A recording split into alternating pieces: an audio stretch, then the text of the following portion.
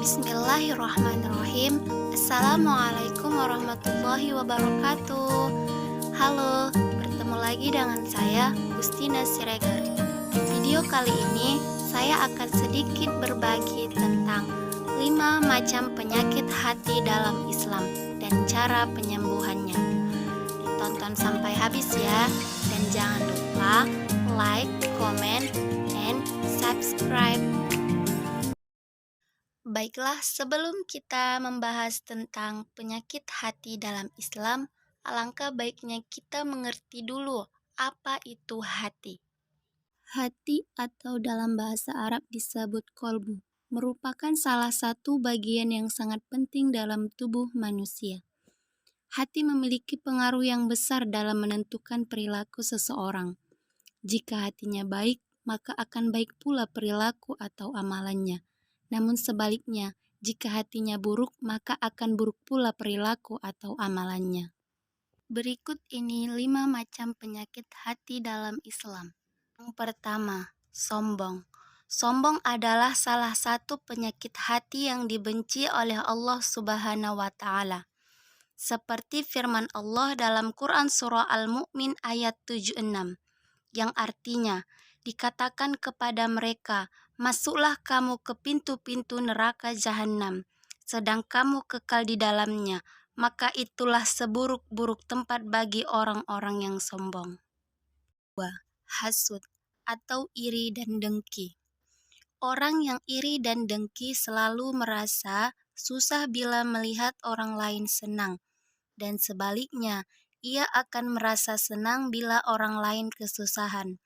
Biasanya, orang yang iri dengki akan mencelakakan orang lain dengan lisan, tulisan, maupun perbuatannya. Seperti firman Allah dalam Quran Surah An-Nisa ayat 32. Dan Rasulullah Shallallahu Alaihi Wasallam juga bersabda yang diriwayatkan oleh Abu Daud, yang artinya, waspadalah terhadap hasud atau iri dan dengki. Sesungguhnya hasud mengikis pahala-pahala sebagaimana api memakan kayu. Yang ketiga, ria. Ria adalah orang yang beribadah atau berbuat kebaikan dengan maksud pamer kepada orang lain, agar orang mengira dan memujinya sebagai orang yang baik hati atau rajin beribadah dan berbuat kebaikan. Ciri-ciri ria yaitu apabila di hadapan orang lain dia giat beribadah, tetapi apabila sendirian dia malas dan selalu ingin mendapat pujian dalam segala urusannya. Allah berfirman dalam Quran Surah Al-Ma'un ayat 4-6, yang artinya, maka celakalah bagi orang-orang yang sholat, yaitu orang-orang yang lalai dari sholatnya, yang berbuat karena ria. Yang keempat, bakhil atau kikir. Bakhil atau kikir alias pelit atau medit merupakan salah satu penyakit hati karena terlalu cinta pada harta sehingga tidak mau berbagi dan bersedekah kepada orang lain.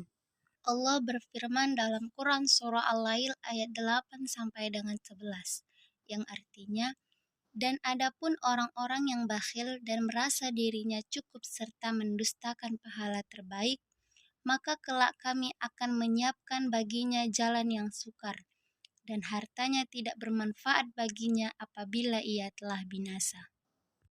Yang kelima, ujub atau kagum akan diri sendiri. Ini mirip dengan sombong. Kita merasa bangga atau kagum akan diri kita sendiri.